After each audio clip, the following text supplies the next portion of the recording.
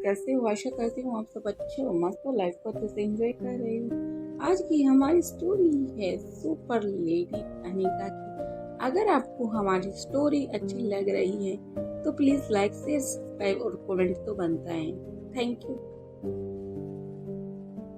वह खुश हो जाती है बच्चों को देखकर। फिर बच्चों के पास चली जाती है। तभी रिया, आर्यन और अलेक्जेंडर भी गाड़ी से उतरकर सीधा अपनी दादी माँ के पास चले जाते हैं और उनके गले लगने लग जाते हैं। तभी दूर से सनी भी आता है और तभी अलेक्जेंडर सनी से बातें करने लग जाता है। तब तक रिया और आर्यन ने दादी माँ को गले से छोड़ दिया था। फिर अलेक्जेंडर की तरफ दादी माँ बढ़ जाती है। आशा मारवा अलेक्जेंडर के पास जाकर उसे गले लगा लेती है, क्योंकि दोनों रिया और आर्यन के मुकाबले अलेक्जेंडर में काफ़ी चेंज भी था और काफ़ी हट्टा कट्टा। वो काफ़ी ऐसा लगता था जैसे कि मानो ये 13 से 14 साल का न होकर ये बच्चा 16 से 17 साल का एक लड़का है। अब दादी माँ उसे भी गले लगा लेती है। फिर उसके माथे पर हाथ रखते हुए कहती है, तुम तो मेरी बिल्कुल रोहित की कार्बन कॉपी लग रही हो, क्योंकि जब रोहित तुम्हारी एज का था तो बिल्कुल तुम्हारे ही जैसा था और बच्चों के मुकाबले काफ़ी हट्टा कट्टा और दिखने में भी ज़्यादा ही इंटेलिजेंट लगता था।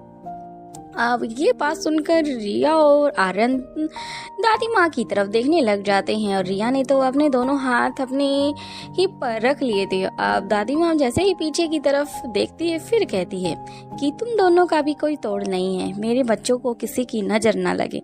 इतना कहकर अब दोनों बच्चों के फेस पर भी स्माइल आ जाती है और दादी माँ से बातें करने लग जाते हैं। सनी भी उनके साथ बातें करने लग जाता है। रिया से उसकी नई नई टेक्निक के बारे में पूछता है, क्योंकि सनी को पता चल चुका था कि रिया कुछ तो ऐसा कर रही है, क्योंकि वो जो सनी से छुपा रही है, क्योंकि काफी दिन से रिया कभी ऑनलाइन सनी को दिखाई नहीं दी।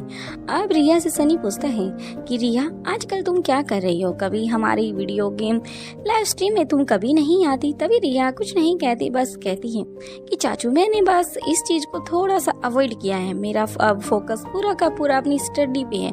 जब रिया सनी से ये बातें कर रही थी तो दोनों भाई अपनी माउथ पर हाथ रख के प्यारी सी स्माइल देने लग जाते हैं और एक दूसरे की तरफ देखने लग जाते हैं। फिर सनी कहता है कि तुम्हारा टूर कैसा रहा। रिया कहती है कि वो तो नहीं इतना ही बोल पाती है। तभी आर्यन उसके आगे आ जाता है और बात को अच्छे से संभालते हुए कहता है कि चाचू बस हो ही गया है, वो तो मम्मी का बर्थडे था इसलिए पापा हमें हाफ में ही लेके आए, लेकिन पूरा 15 डेज का ट्रिप था, ऐसे छोटे वाला थोड़ी ना था।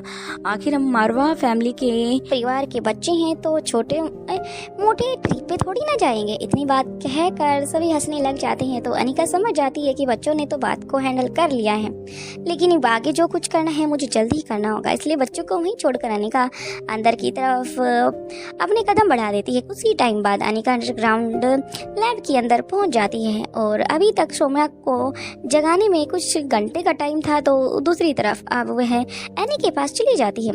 ही अनिका को देखती है तो वो जल्दी से अनिका की तरफ ही देखने लग जाती है। अब अनिका उसके पास आते हुए कहती है, एनी क्या हुआ उस काम का। अब एनी कहती है कि अनिका दी बस काम हो ही चुका है, अब बस कभी भी हम इसे लॉन्च कर सकते हैं, या ये कहे कि कभी भी हम इसे स्टार्ट कर सकते हैं, क्योंकि मैंने 2 दिन से इस पर नज़र बनाए पूरे तरीके से, ताकि इसमें जो भी खामियां हैं उसे मैं पूरा कर सकूं। और 2 दिन से मैंने इसे ऑन किया हुआ है और ये बिल्कुल परफेक्ट हो चुकी हैं। इसे हम कभी भी प्रिया फैमिली के मेंबर्स के सामने लेकर आ सकते हैं। अब अनिका भी सोच चुकी थी अगर उसे क्या कहना है, क्योंकि बच्चों को भेजने के बाद अनिका ये कहेगी कि बच्चों का ट्रिप पूरा हो चुका है, इसलिए बच्चे अब वापस अपने मारवा हाउस में ही रहेंगे। ये सब अनिका के दिमाग में चल रहा था। दूसरी तरफ प्रीति एक लंबा सा कोट पहनकर और मोटे से सन ग्लासेस लगाकर जैसे ही एक छोटे से अंधेरे वाले रूम से बाहर आती है, वह अनिका को देखकर तो अनिका से कहती है, हेलो दीदी। तभी अनिका उससे कहती है कि ये कैसा हाल बनाकर रखा है तुमने अपना। तभी प्रीति कहती है कि दरअसल मैं एनी के साथ उसकी डीएनए पर रिसर्च कर रही हूँ और मैं कल से सोई भी नहीं हूँ, इसलिए मेरी आपको ये हालत लग रही है। तभी अनिका उसके हाथ में पकड़ी हुई कुछ स्लिप लेती है और उनको साइड में रखते हुए कहती है, अभी तुम्हें रेस्ट करने की ज़रूरत है। मैंने तुम्हें ये नहीं कहा था कि तुम अपनी नींद को एक तरफ रख के इस पे काम करो, क्योंकि हमारे दिन में पूरा दिन हमारे पास है है। और अगर रात को करना चाहे तो हाफ नाइट आपके पास है, आप कर सकते हो। जहाँ पर हमें काम करना जितना ज़रूरी होता है उतना ही हमें नींद की ज़रूरत होती है। अगर हमारी नींद अच्छे से नहीं होगी तो हमारा किसी भी काम पर फोकस नहीं बन पाएगा, और काम को अच्छे से करने के लिए तो फिर समझ सकती हो हमें नींद लेनी ज़रूरी है। इसलिए तुम जल्दी से जाओ और आराम से सो, और सोकर उठकर जब भी उठ जाओ अच्छे से अपने दिमाग को शांत करना, फ्रेश करना, और चाहो तो तुम ओमकार के साथ कुछ टाइम स्पेंड करना। उसके बाद तुम अगर लैब में आती हो तो मुझे अच्छा लगेगा, क्योंकि जब तक तुम्हारे जितने भी एक्स्ट्रा काम हैं वो सभी पूरे हो चुके होंगे और तुम शांत हो चुकी होगी। अब अनिका की बातें अच्छे से समझ जाती है। तभी प्रीति अपना कोट निकालती है और अपने जो स्पेक्स लगाए हुए थे वो निकालती है, क्योंकि जो उसने अभी लगाया हुआ था स्पेक्स, उसके अंदर वो लेंस लगाकर ही बाहर आ रही थी, जिसके अंदर हर चीज़ों को बारीकी से देखा जा सकता था। ये खुद प्रीति ने अपने लिए ही बनाया था, क्योंकि उसे अपनी जो स्पेशल सर्च करने वाले जो कुछ मशीनें हैं उनके नीचे उसको रख कर अच्छे से देखना, तो वो उसको अच्छा नहीं लग रहा था। इसलिए प्रीति ने अपने लिए ये एक खास तरह का चश्मा बनाया था। अब प्रीति बाहर चली जाती है, तभी अनिका उस चश्मे को उठाकर लगा कर देखती है तो उसे सारी की सारी चीज़ें बड़ी बड़ी दिखाई देने लग जाती हैं। अब अनिका समझ जाती है कि प्रीति के दिमाग में भी किसी भी टाइम कुछ भी चल सकता है, इसलिए वो वापस उसी चश्मे को निकाल कर वापस टेबल पर रख देती है। और फिर अनिका एनी से कहती है, अभी क्या मैं इसको देख सकती हूँ? अभी एनी कहती है, यस मैम आप आइए। तभी एनी की बात सुनकर अनिका आगे बढ़ जाती है और रिया का बटन को पीछे से ऑन करती है। जैसे ही ऑन करती है तभी रिया कहती है, हेलो मामा आप कैसी हो, और पापा कहाँ पर हैं? आप अकेले आई हो मुझसे मिलने?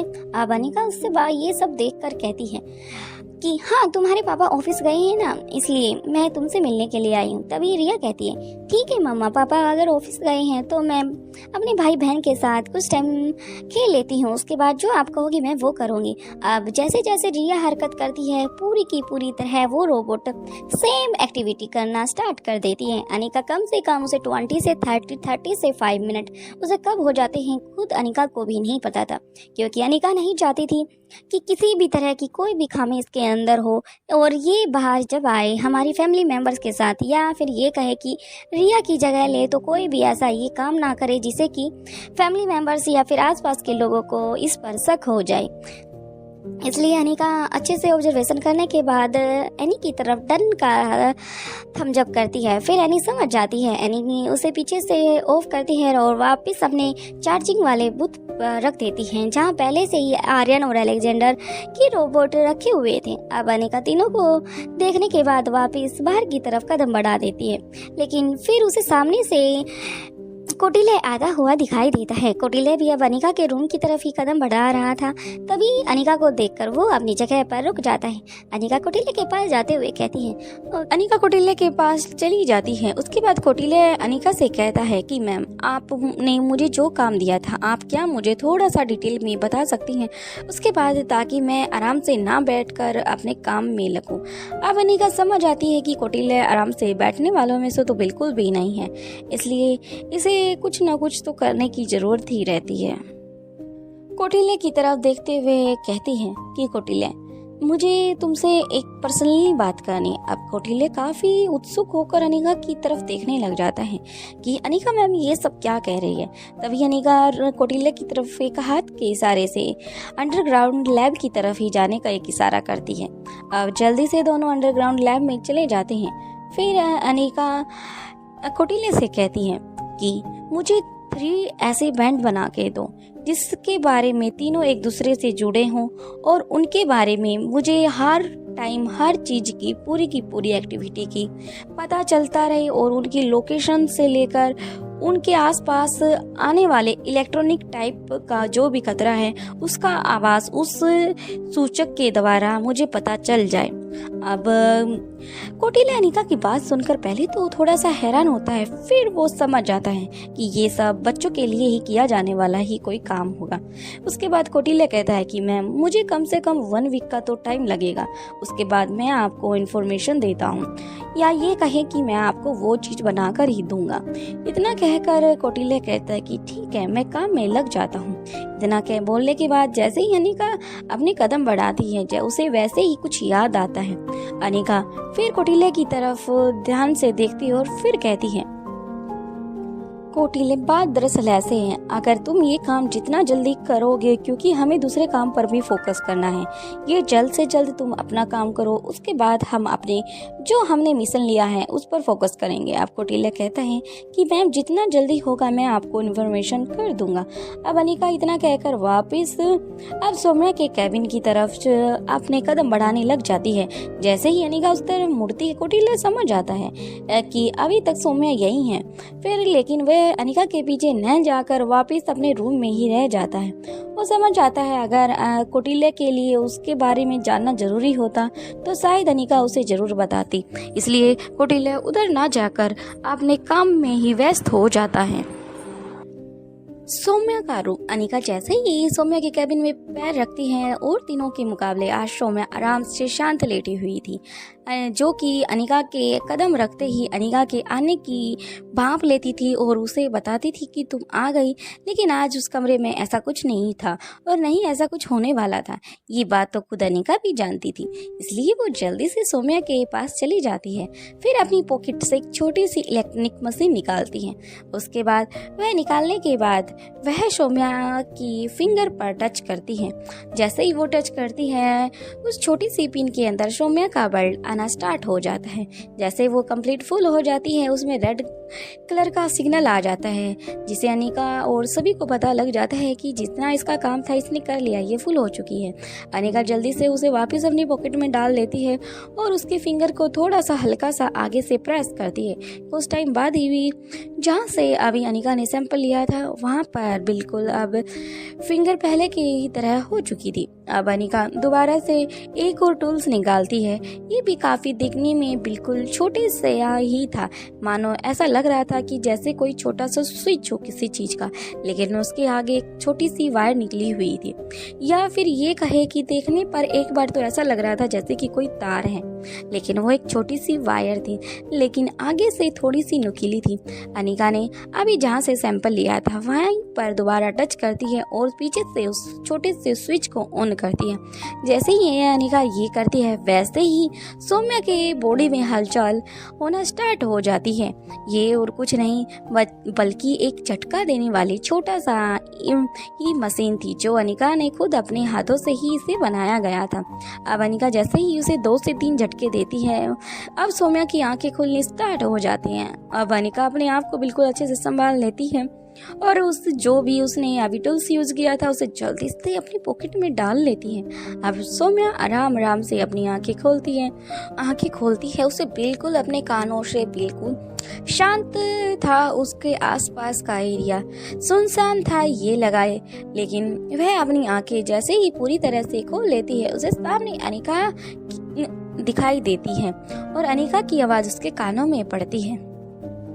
अब अनिका जानबूझकर उसको फेस से थपथपाते हुए कहती है, रूपरेखा, क्या तुम ठीक हो? अब तुम्हें पहले से बेहतर महसूस कर रही हो? अनिका के वर्ड ये उस सौम्या के दिमाग पर असर डाल रहे थे और धीरे धीरे करके उसके जहन में उतर रहे थे। बाकी का नेक्स्ट एपिसोड में देखते हैं। वीडियो पसंद आ रही है प्लीज दोस्तों के साथ शेयर करना, लाइक करना और कमेंट कर जरूर बताना कि आपको हमारी स्टोरी कैसी लग रही है। अगर आपको इसमें कुछ अलग से आपको लगता है कि ये होना चाहिए तो प्लीज आप मुझे थोड़ा सा डिटेल में कमेंट करके भी बता सकते हो। बाकी का नेक्स्ट एपिसोड में देखते हैं। तो वीडियो पसंद आ रही है तो प्लीज लाइक जरूर बनता है यार, और ये कमेंट प्यारा सा तो बनता ही है। मैं इतनी मेहनत कर रही हूँ, आप पे थोड़ा सा हल्का सा अपनी फिंगर से टच नहीं कर सकते? थैंक यू फ्रेंड्स, और इतना सारा प्यार देने के लिए आप सभी को तहे दिल से धन्यवाद। Thank you.